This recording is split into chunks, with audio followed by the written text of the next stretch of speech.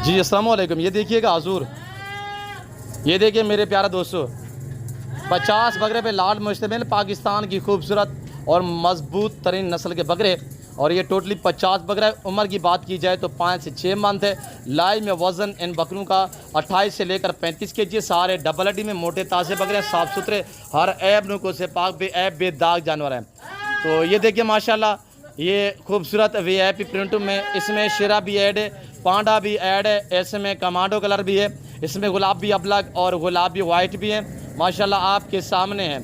और ये पाकिस्तान की एक मजबूत तरीन नस्ल इसको कहा जाता है। सर्दी गर्मी को ये जानवर बर्दाश्त करता है। 25 रुपये के लिए जिस भाई को चाहिए, सीज़न लगाना चाहते हैं तो इंशाल्लाह 50 बकरों में से आप 50 लाख रुपया आराम से घर बैठ कर कमा सकते हैं मेरे दोस्तों।